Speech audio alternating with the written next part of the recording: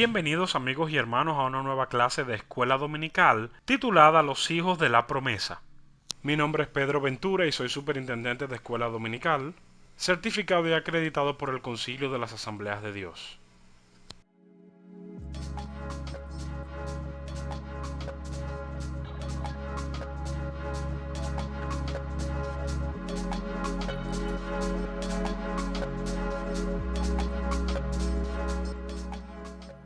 Viniendo de una vida de paganismo, los cristianos de Galacia habían escuchado el Evangelio del apóstol Pablo y se habían convertido y transformado de una manera poderosa. Ahora, Pablo estaba preocupado al saber que la vida espiritual de ellos había caído en el legalismo, observando la ley mosaica según la enseñanza de los judaizantes. En respuesta, Pablo razonaba con ellos a partir de las experiencias de Abraham y sus hijos para ilustrar que el legalismo es una esclavitud espiritual que solo puede superarse regresando a la fe como la base de la relación con Dios. Los cristianos de hoy no son inmunes a las presiones del legalismo y deben ser advertidos de no caer en el error de la autosuficiencia en su andar con Dios. El bosquejo de la lección es el siguiente. Primer punto, liberados y adoptados por la fe. Acápite A, bautizados en Cristo. Acápite B, de esclavos a hijos. Como punto número 2, no regresemos a la esclavitud. Acápite A, el legalismo es esclavitud. Acápite B, alejados de la verdad. Y como tercer punto, libres por la promesa de Dios. Acápite A, dos hijos, dos pactos. Acápite B, hijos de la libertad. Los objetivos de la lección son los siguientes. Reconocer que la ley no fue dada para salvarnos, sino para revelar nuestra necesidad de un Salvador. Inspirar a los alumnos a alabar a Dios por adoptar en su familia a todos los que viven por fe en Cristo. Animar a los alumnos a buscar señales de autosuficiencia y a permanecer comprometidos con Cristo para su salvación. Pablo fue llamado por Dios para llevar el Evangelio a los gentiles, es decir, a los que no eran judíos. Lo hizo tanto a través de la predicación como a través de sus cartas. Repetidamente recordaba a sus lectores gentiles, cristianos, que ellos eran totalmente partícipes en el plan de salvación de Dios, junto con los judíos que habían aceptado a Cristo. La enseñanza de Pablo sobre la inclusión de los gentiles en el plan de Dios aparece repetidamente en sus cartas. El versículo clave se encuentra en Gálatas capítulo 3, verso 29, y dice de la siguiente manera: Y si ustedes pertenecen a Cristo, son la descendencia de Abraham y herederos según la promesa. ¿Cuál es el propósito de la ley de Moisés? Muchas personas a lo largo de los siglos han intentado cumplir la ley para obtener la salvación, pero la ley se estableció para guiarnos a la salvación en Cristo. ¿De qué manera esa ley que no podemos cumplir nos muestra que necesitamos un Salvador?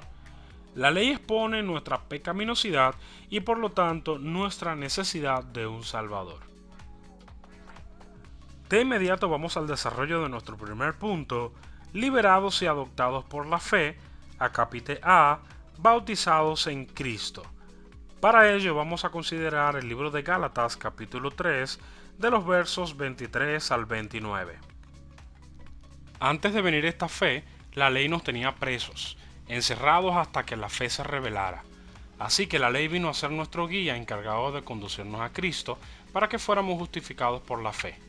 Pero ahora que ha llegado la fe, ya no estamos sujetos al guía. Todos ustedes son hijos de Dios mediante la fe en Cristo Jesús, porque todos los que han sido bautizados en Cristo se han revestido de Cristo. Ya no hay judío ni griego, esclavo ni libre, hombre ni mujer, sino que todos ustedes son uno solo en Cristo Jesús. Y si ustedes pertenecen a Cristo, son la descendencia de Abraham y herederos según la promesa.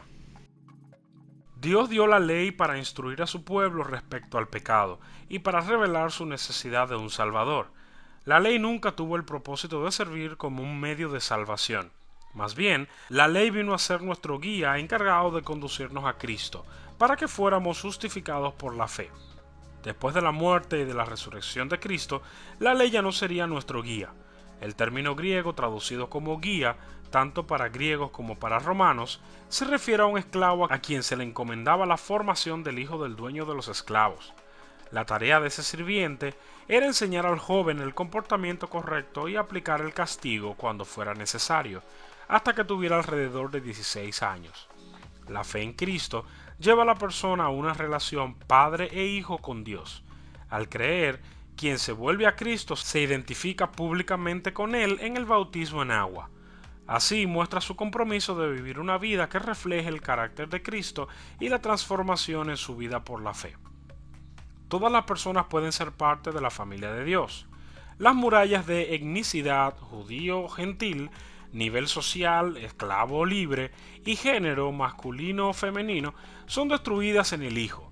Además de una nueva relación con Dios, los cristianos también tienen una nueva relación entre ellos, porque son todos uno en Cristo. Los cristianos somos hijos de Dios y también hijos de Abraham. Somos sus descendientes espirituales. Abraham creyó la promesa de Dios y fue justo delante de él. La misma realidad es aplicable a los creyentes de hoy. Pertenecemos a Cristo por la fe. Somos parte de esa gran descendencia.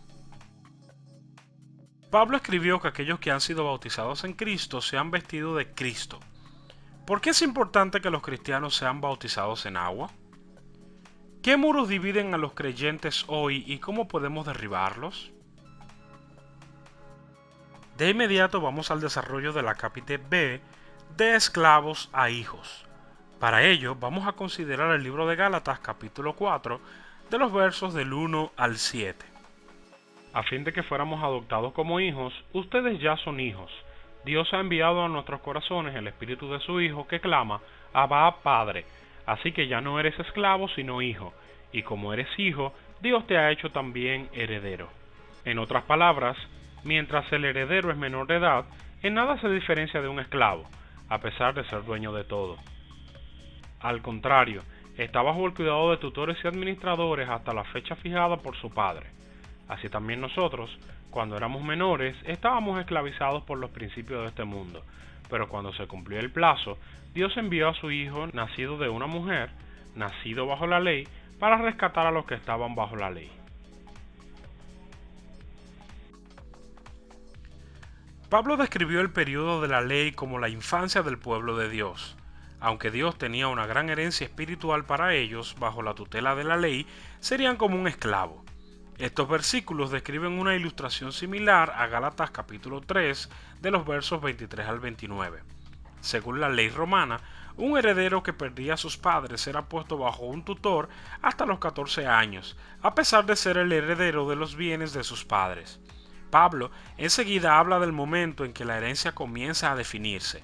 En el momento propicio, Dios envió a su Hijo a morir por nuestro pecado. De esta manera, Jesús hizo expiación por nosotros. En Cristo, las personas se convierten en hijos de Dios a través de la adopción, no de la ley. Pablo enfatizó a los cristianos gentiles que su adopción espiritual les proporcionó todos los derechos de ser hijos. Esto les dio plena identidad y participación en la familia de Dios. Pablo también le aseguró a los gentiles que Dios envía el Espíritu Santo al corazón de los creyentes para darles seguridad de su identidad como hijos de Dios. El Espíritu Santo permite a los cristianos aceptar y disfrutar de su identidad como hijos de Dios. ¿Qué significa para usted saber que es un hijo de Dios? Dios nos asegura que somos sus hijos por medio de la fe en Cristo. ¿De qué manera es Dios un Padre bueno? Dios ha llevado a su pueblo de la esclavitud espiritual a la filiación espiritual. La ley sirvió como tutor y ayo durante su infancia, para guiarlos a Jesucristo. Ahora, todos los que han recibido a Cristo son hijos de Dios y tienen el Espíritu Santo para ayudarlos a vivir como hijos e hijas. Esa vida es posible con la guía del Espíritu Santo, leyendo la palabra que Él ha inspirado y fortaleciendo la fe a través de la oración.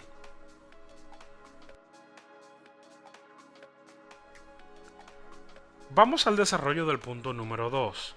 No regresemos a la esclavitud.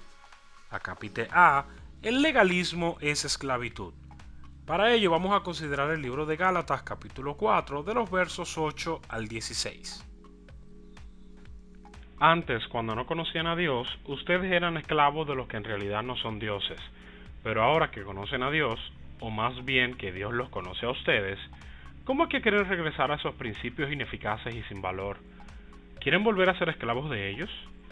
Ustedes siguen guardando los días de fiesta, meses, estaciones y años. Temo por ustedes, que tal vez me haya estado esforzando en vano. Hermanos, yo me he identificado con ustedes.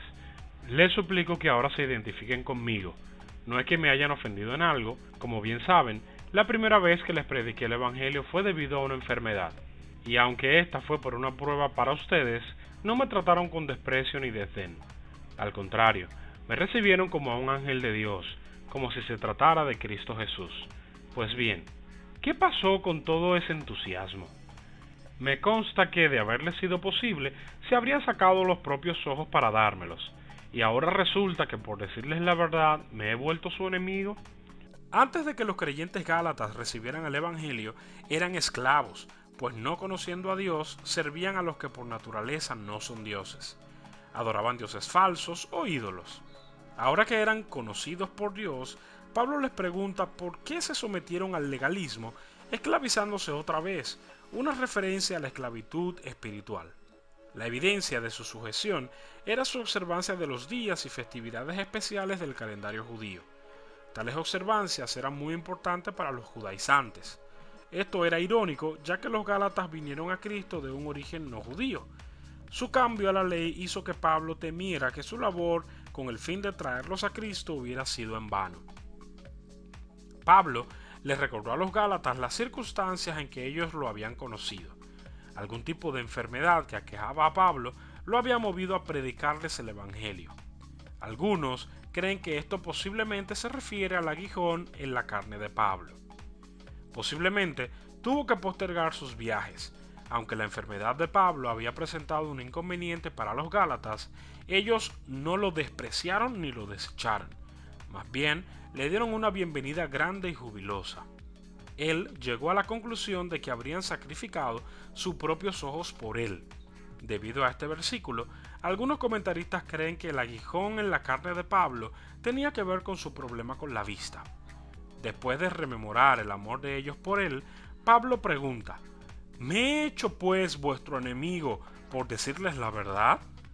Él había sido un gran amigo para ellos al traerles el Evangelio. Si ahora rechazaban su corrección, eso equivaldría a considerarlo como un enemigo. Pablo dijo que los cristianos gálatas eran conocidos por Dios. ¿Qué debe significar para usted cuando ora el conocimiento íntimo que tiene Dios de su vida? ¿Cuando tiene luchas? ¿Cuando enfrenta problemas? ¿Qué nos puede enseñar esto acerca de la respuesta cristiana a la enfermedad? Vamos al desarrollo de la capítulo B, alejados de la verdad. Para ello vamos a considerar a Gálatas capítulo 4 de los versos 17 al 20. Esos que muestran mucho interés por ganárselos a ustedes no abrigan buenas intenciones. Lo que quieren es alejarlos de nosotros para que ustedes se entreguen a ellos.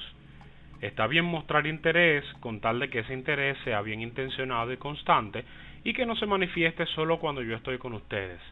Queridos hijos, por quienes vuelvo a sufrir dolores de parto hasta que Cristo sea formado en ustedes, ¿cómo quisiera estar ahora con ustedes y hablarles de otra manera?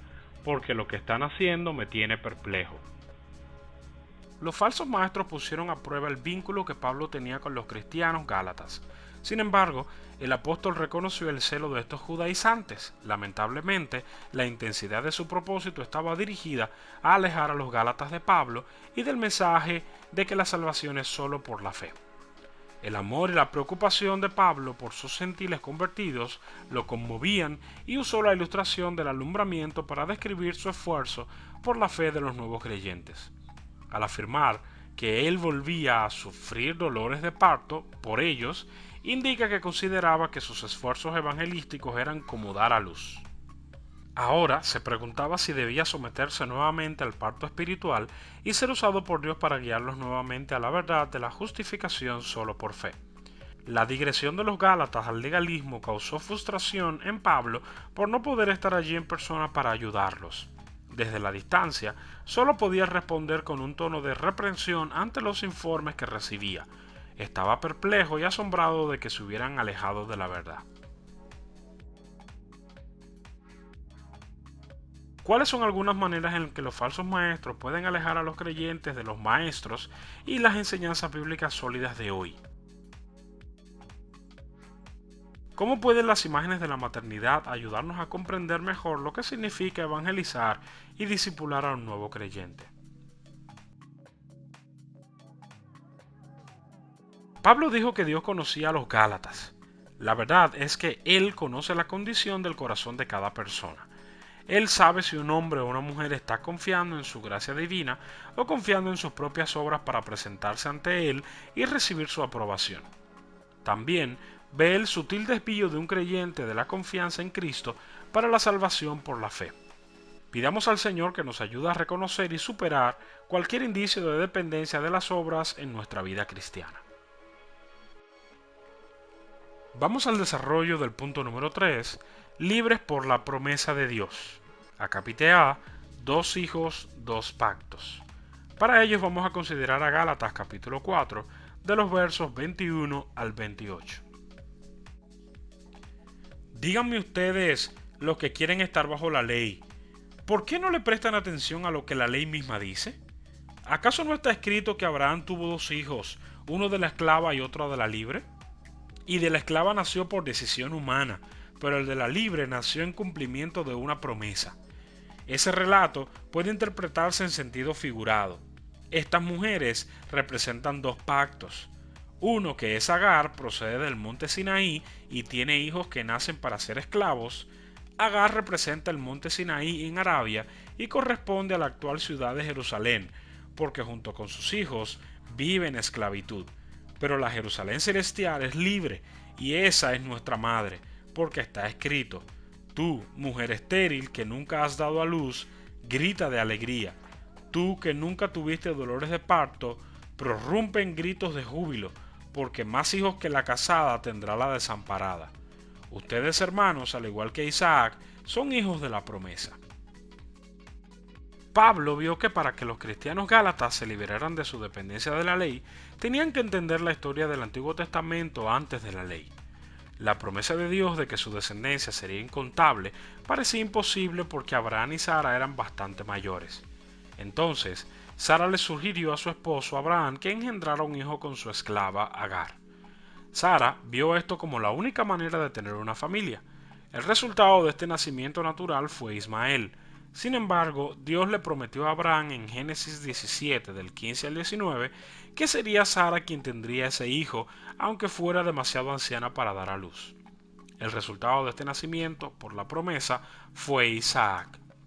Luego, Pablo afirmó que estas dos madres ilustran dos pactos diferentes. Agar, una esclava, representaba el pacto establecido en el monte Sinaí, es decir, la esclavitud que los judaizantes trataban de imponer a los cristianos gentiles porque pensaban que el propósito de la ley era la justificación de las personas por sus obras. Sara, la mujer libre, representa el nuevo pacto mediante el cual todos los que creen son justificados solamente por la fe. Tal como Dios había prometido, Sara dio a luz a Isaac a pesar de su esterilidad. Como resultado, vendría el tiempo en que él bendeciría a todas las naciones a través de Abraham, ya que cada persona que cree en Jesucristo se convierte en un hijo de la promesa. Esta verdad es otro cumplimiento de la palabra de Dios a Abraham. ¿Qué le enseña Gálatas capítulo 4 respecto al por qué es importante que los cristianos entendamos el Antiguo Testamento como la base de nuestra fe? ¿Qué cree usted que significa que un cristiano sea un hijo de la promesa? ¿Y cómo puede esto afectar la manera en que usted vive su fe?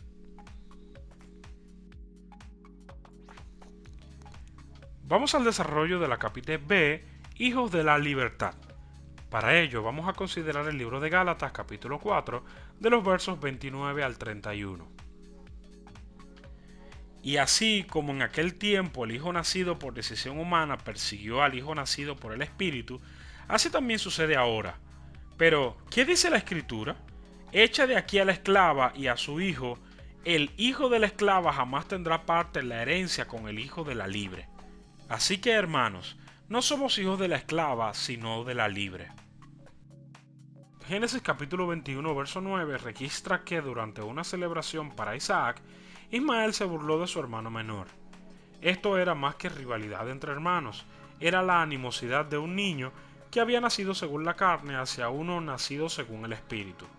La misma animosidad surge hoy entre quienes intentan ganar el favor de Dios a través de las buenas obras y aquellos que creen que la fe en Cristo es en sí misma el único medio para la salvación. El mismo Pablo había sufrido persecución de los judíos incrédulos por predicar el mensaje de Cristo. Los judaizantes exigían la observancia de la ley mosaica, además de la fe en Cristo. Pablo sabía que el compromiso con los judaizantes traería una especie de paz con ellos, pero el costo era demasiado grande. Aquellos que trataban de ganar el favor de Dios a través de la observancia de la ley serían contados como hijos de la esclava, inelegibles para compartir la herencia con aquellos justificados solo por la fe. Pablo hizo un llamado a los cristianos gentiles a que retomaran su identidad como hijos de la mujer libre, justificados ante Dios por la fe. Ismael, que nació de la manera corriente, perseguía a Isaac nacido según el Espíritu. ¿Qué tipo de persecución comparable sufren los cristianos en nuestros días? ¿De qué manera los cristianos son hoy tentados a condescender simplemente para estar en paz con quienes no están de acuerdo con ellos? ¿Por qué esa condescendencia es peligrosa y destructiva? Los cristianos siempre se diferenciarán de quienes buscan el favor de Dios por otras vías que no son la fe. Estarán separados tanto de los cristianos profesos que buscan la salvación fuera de la fe en Cristo y de aquellos devotos de religiones no cristianas que buscan acercarse a Dios mediante sus obras. Debemos permanecer firmes en nuestra fe y gozosos de dar testimonio de la libertad espiritual que tenemos en Cristo Jesús. Todo aquel que vive por la fe en Cristo es hijo de Dios. Se cumple así la promesa de Dios de bendecir al mundo a través de Abraham. Sin embargo, no todos reconocen la libertad que tenemos como hijos de Dios. Algunos quieren presionarnos y que agreguemos condiciones a nuestra salvación. Podemos sentirnos tentados a aceptar simplemente por preservar nuestra relación con estas personas. Pablo presentó solo dos opciones respecto a este asunto. O somos hijos libres, justificados ante Dios por creer únicamente en el sacrificio de Jesús, o hijos de esclavitud creyendo que podemos, aunque parcialmente, ganar nuestra salvación. Debemos recordar que la salvación viene solo por la fe. Hasta aquí ha sido todo por hoy, amigos de YouTube. Debajo podrás ver nuestra cuenta de Instagram, de Facebook y también nuestro correo electrónico. No te pierdas la próxima clase de escuela dominical titulada Libres en Cristo. Recuerda darle like al video, suscríbete y activa las notificaciones para que puedas seguir recibiendo todas las semanas la escuela bíblica dominical. Hasta una próxima entrega, que pases un excelente fin de semana. Bye bye.